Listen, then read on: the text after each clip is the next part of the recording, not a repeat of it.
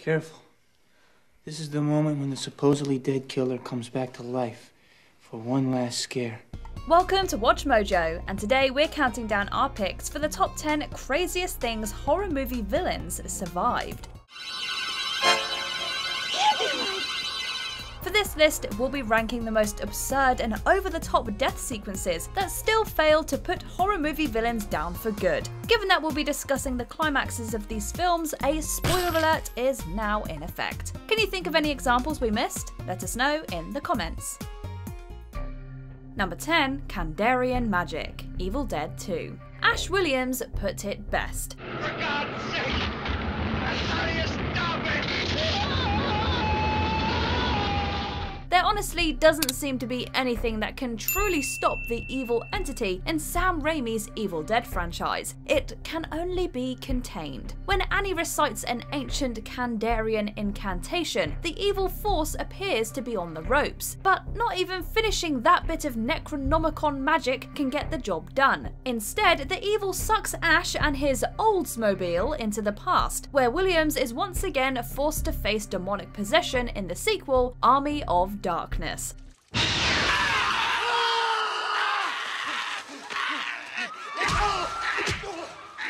And then again in Ash vs. Evil Dead. Yo, Granny. Hope you took your Geritol. Time to dance.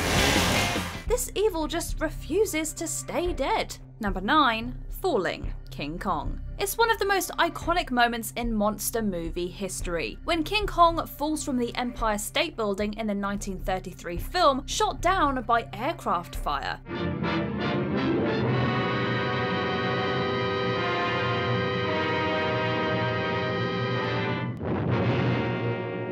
But for Kong in the Dino De Laurentiis production from 1976, falling is apparently no big deal.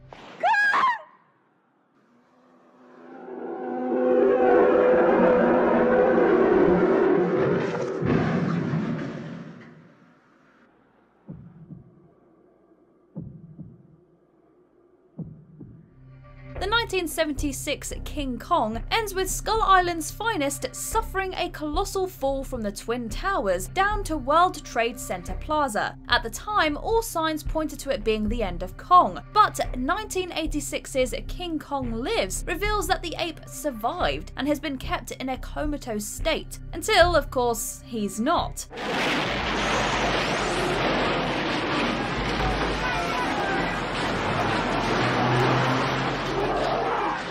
The film even introduces Lady Kong as a blood donor and love interest, plus Baby Kong. So cute! Number 8. Being buried in a mine shaft. Phantasm. The Phantasm franchise is perhaps among horror's most underrated. It's a captivating series of films defined by dream logic, surreal imagery, and an all-time banger of a soundtrack.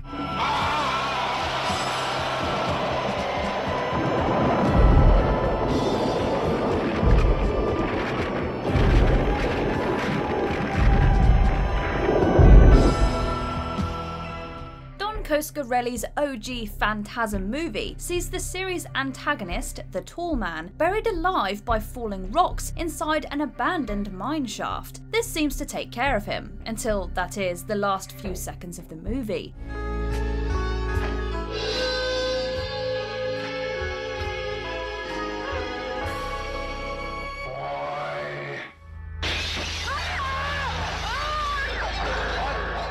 The Tall Man's mystical backstory and evil mortuary minions made him a horror icon. Actor Angus Scrimm returned again and again as the Tall Man in one form or another for 4 sequels, the last of which was 2016's Phantasm Ravager.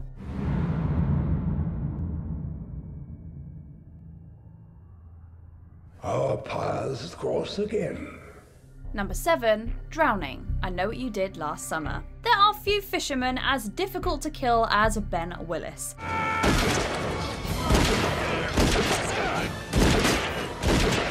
Just die! This one-time hit-and-run victim returned for 2 additional movies, the second time in an undead state.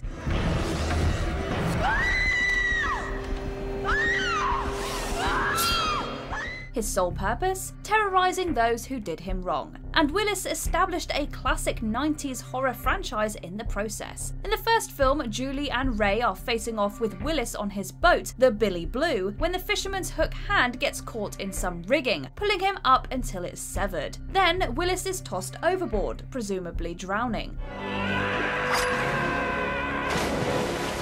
Except we all know that he wasn't really dead. He was just waiting to set up the sequel. Well, don't worry. The body will turn up. They usually do.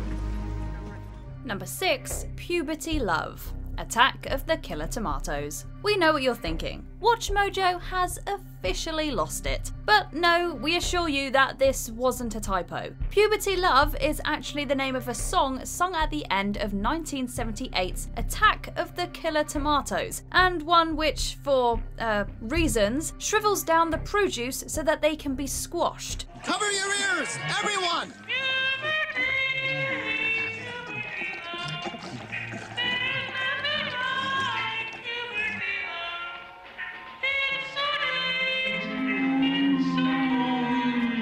It's certainly an original way to get rid of your horror movie villain, and the song, believe it or not, is actually sung by future Soundgarden drummer Matt Cameron. Oh, and want to know how the town gets rid of the one super smart tomato that thought of wearing earmuffs? Sheet music.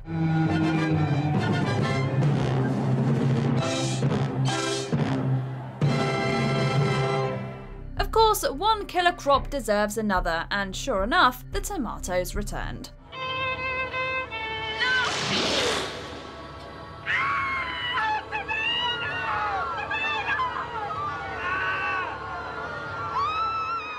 Number 5. Dr. Channard, Hellbound Hellraiser 2.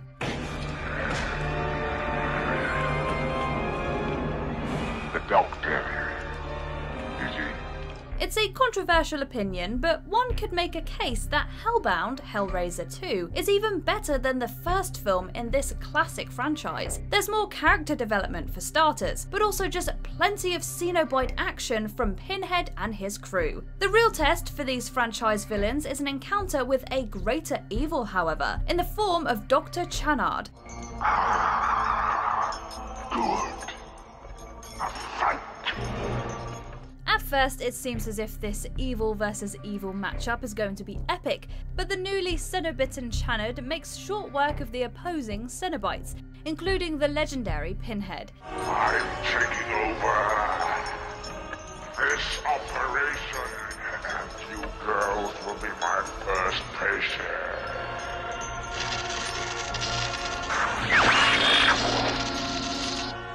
It's a cool scene, allowing us to see more of who the Cenobites were in human form. But it didn't stop Pinhead from returning for many future Hellraiser installments.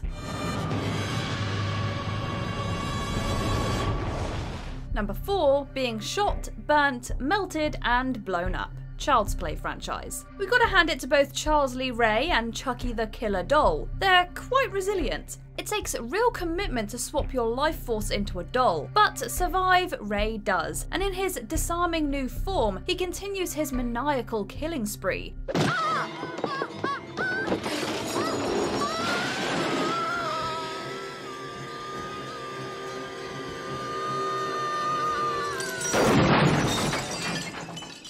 Of course, after becoming Chucky, the iconic killer has repeatedly been taken down by some combination of hot, sticky, and/or flammable substances.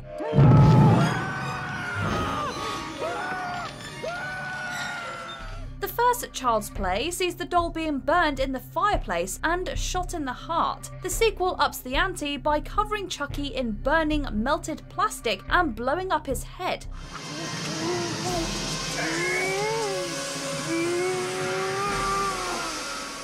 This didn't stop him, of course, as we're still enjoying the maniacal little doll's rampages to this very day.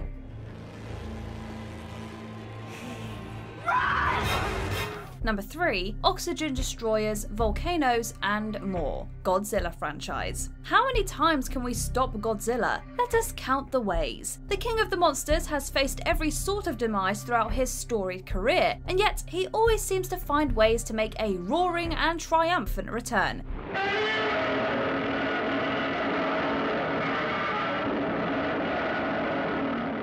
Doesn't matter whether it's the oxygen destroyer, falling into a volcano in Return of Godzilla, or suffering a full-blown meltdown in Godzilla vs. Destroyer. Big G takes a licking and just keeps ticking.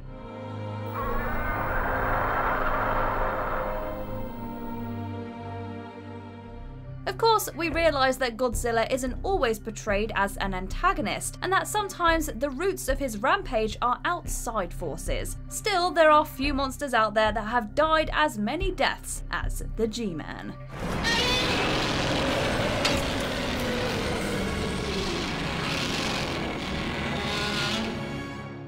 Number 2, just about everything. Friday the 13th franchise. Like mother, like son. Killer instincts seem to run in the family, but while Pamela Voorhees stayed dead after her brutal decapitation at the end of the original Friday the 13th, her son Jason refuses to quit.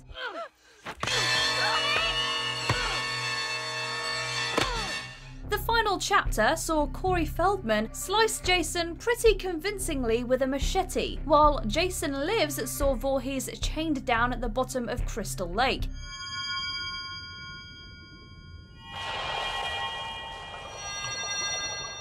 But wait, there's more. Flushed away by toxic waste? Check. Pulled under by the protagonist's dead dad? Double check. Heck, Jason's even survived being taken to hell, fighting Freddy Krueger and a Michael Bay produced remake. If that isn't resilience, we don't know what is. Before we continue, be sure to subscribe to our channel and ring the bell to get notified about our latest videos. You have the option to be notified for occasional videos or all of them. If you're on your phone, make sure you go into your settings and switch on notifications. Number 1, Fire, Halloween franchise.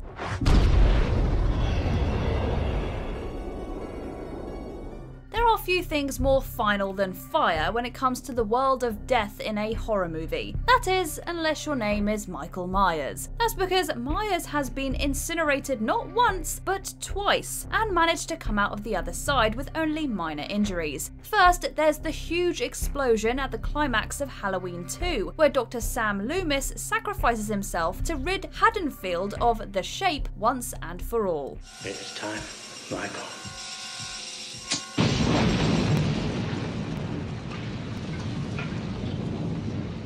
Except both Loomis and Myers somehow survived to fight another day for several sequels. Meanwhile, the forthcoming Halloween Kills shows us that the fiery end of 2018's Halloween was apparently not hot enough, because Michael is back at it again. Not that we're complaining, of course. Michael Myers is flesh and blood, but a man couldn't have survived that fire.